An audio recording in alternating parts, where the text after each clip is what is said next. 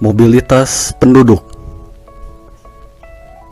Mobilitas penduduk merupakan perpindahan penduduk dari suatu wilayah secara geografis ke wilayah lain dalam jangka waktu tertentu. Dengan kata lain, mobilitas penduduk adalah gerak perpindahan penduduk dari satu unit geografis atau wilayah ke dalam unit geografis lainnya. Mobilitas penduduk menjadi kajian yang penting karena dapat mencerminkan aktivitas masyarakat dalam suatu negara yang memiliki peranan dalam proses modernisasi. Sekarang mari kita sama-sama membahas mengenai jenis-jenis mobilitas penduduk. Secara garis besar, mobilitas penduduk dibagi menjadi dua, yaitu mobilitas vertikal dan mobilitas horizontal. Lalu apa bedanya? Jika kita gambarkan, mobilitas vertikal itu bentuknya seperti ini.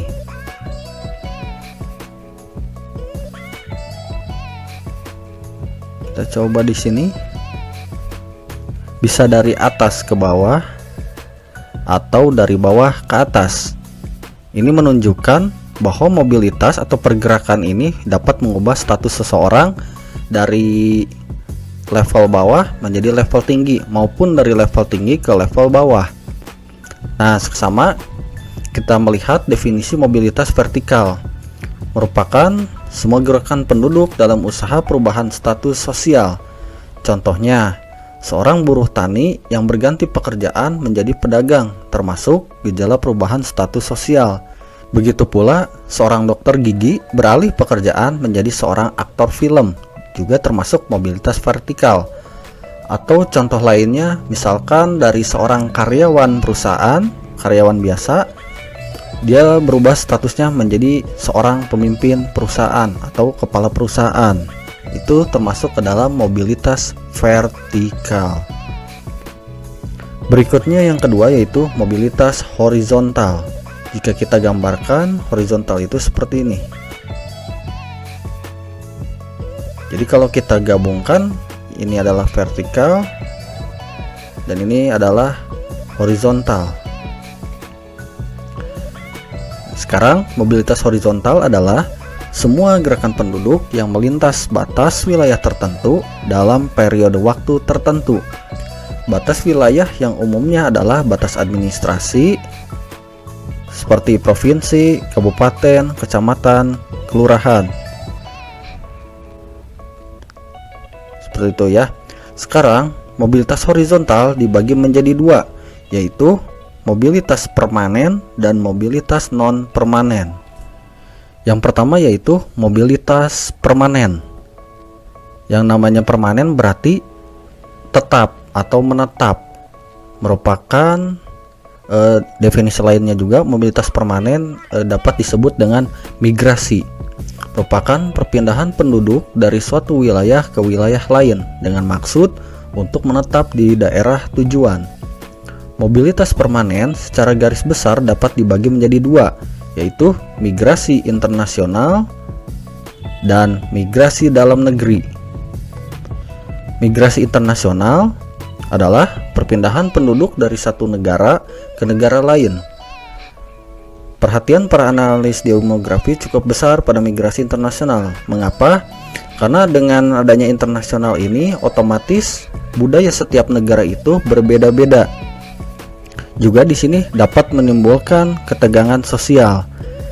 Di sini juga akhirnya terjadi pertentangan antara orang-orang dengan latar belakang kebudayaan dan bahasa yang berbeda. Migrasi internasional ini dibedakan menjadi tiga, yaitu ada imigrasi, emigrasi, dan remigrasi.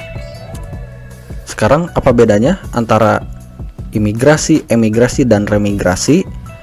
Pertama-tama kita emigrasi dulu. Di sini saya tandai.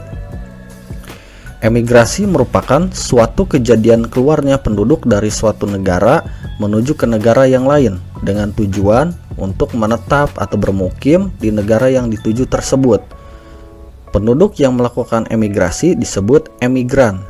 Jadi orang yang melakukan emigrasi ini disebut dengan emigran. Yang kedua selanjutnya adalah imigrasi.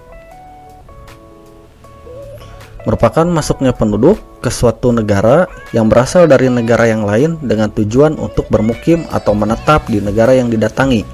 Jadi di sini jelas bedanya kalau ini keluarnya penduduk dari suatu negara, yang imigrasi adalah masuknya penduduk ke suatu negara berasal dari negara yang lain. Nah, orang yang melakukan imigrasi ini disebut dengan imigran.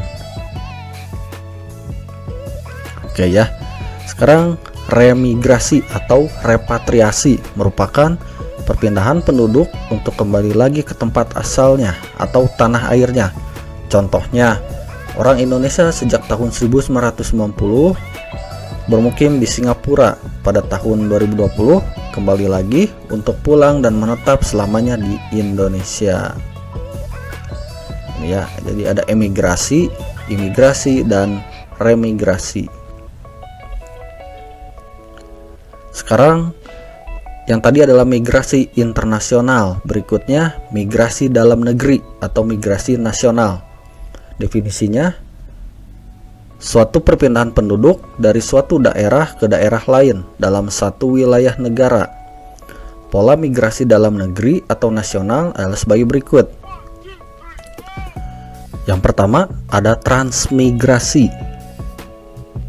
Ini jangan sampai kebalik. Ada transmigrasi, ada urbanisasi, dan ada ruralisasi. Yang pertama yaitu transmigrasi, merupakan perpindahan penduduk dari daerah yang padat penduduknya menuju ke daerah yang lebih jarang penduduknya dalam satu wilayah negara. Contohnya, misalkan dari Jakarta, penduduk Jakarta pindah ke Sukabumi. Dari yang asalnya penduduknya banyak menuju ke penduduk yang lebih sedikit penduduknya atau lebih jarang penduduknya. Berikutnya, urbanisasi merupakan perpindahan penduduk dari desa ke kota atau desa ke kota besar maupun kota kecil ke kota besar. Berikutnya, ruralisasi merupakan perpindahan penduduk dari kota ke desa. Ini kebalikannya, kalau ini dari desa ke kota, ruralisasi dari kota ke desa untuk menetap di desa. Nah itu ya, jadi bedanya ada transmigrasi, urbanisasi, dan ruralisasi. Inilah yang dibahas dalam mobilitas permanen. Berikutnya mobilitas non permanen. Kalau non permanen berarti jelas tidak menetap di suatu tempat, tetapi hanya sementara saja dan berpindah ke tempat asalnya. Di sini merupakan gerakan penduduk dari satu wilayah ke wilayah lain dengan tidak ada niat untuk menetap di daerah tujuan. Bisa juga disebut dengan komuter. Komuter itu jadi contohnya orang yang tinggal di Jakarta namun tempat pekerjaannya di Depok. Nah, dia itu setiap harinya bekerja di Depok, bolak-balik dari rumahnya di Jakarta, tempat kerjanya di Depok, bolak-balik setiap hari, tetapi tidak tinggal di Depok, namun hanya untuk pekerjaan saja dan kembali ke Jakarta. Itulah komuter. Nah, di sini mobilitas non permanen disebut juga dengan sirkulasi. Lalu, faktor-faktor yang menyebabkan terjadinya mobilitas penduduk adalah adanya faktor sentrifugal dan sentripetal, atau adanya daya dorong dan daya tarik. Kekuatan sentrifugal adalah kekuatan yang terdapat di suatu wilayah yang mendorong penduduk untuk meninggalkan daerahnya. Jadi kenapa penduduk di suatu daerah ingin meninggalkan daerahnya? Karena ada 3 aspek. Di sini ada 2 aspek ya. Sejatinya ada 3 aspek. Yang pertama itu kurangnya kesempatan kerja di bidang pertanian atau non pertanian. Ini berarti masuknya ke dalam faktor ekonomi. Yang pertama faktor ekonomi. Yang keduanya terbatas fasilitas pendidikan yang ada mendorong orang untuk pergi ke daerah yang tersedia fasilitas yang lebih lengkap. Ini berarti masuknya ke dalam faktor pendidikan. Dan yang terakhir, yang ketiga itu yaitu faktor transportasi. Berikutnya kekuatan sentripetal, yaitu kekuatan yang mengikat penduduk untuk tetap tinggal di daerahnya. Contohnya di sini jalinan persaudaraan dan kekeluargaan di antara warga desa yang sangat erat, adanya sistem gotong royong, penduduk sangat erat dengan tanah pertaniannya, warga desa terikat pada desa tempat mereka tinggal, dan juga perbaikan sarana transportasi dan kesempatan kerja di sektor informal lebih besar dibanding sektor formal.